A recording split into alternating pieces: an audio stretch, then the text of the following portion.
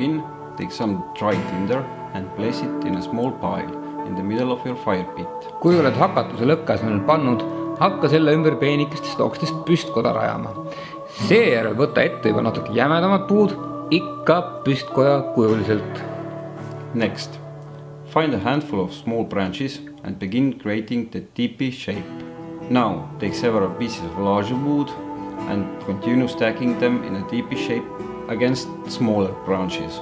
Leave enough airspace between the sticks to allow airflow to reach the fire. Kui oled püstkoja püsti pannud, süüta tuli. Peenikesed oksad süütavad jämedamad ning lõpuks lõõmabki lõkke mühinal. Finally, light the tinder in the middle of the teepee. As the fire burns down and the teepee design begins to crumble, just crisscross additional fuel wood over the pile of coals and the fire will continue to burn without any issues.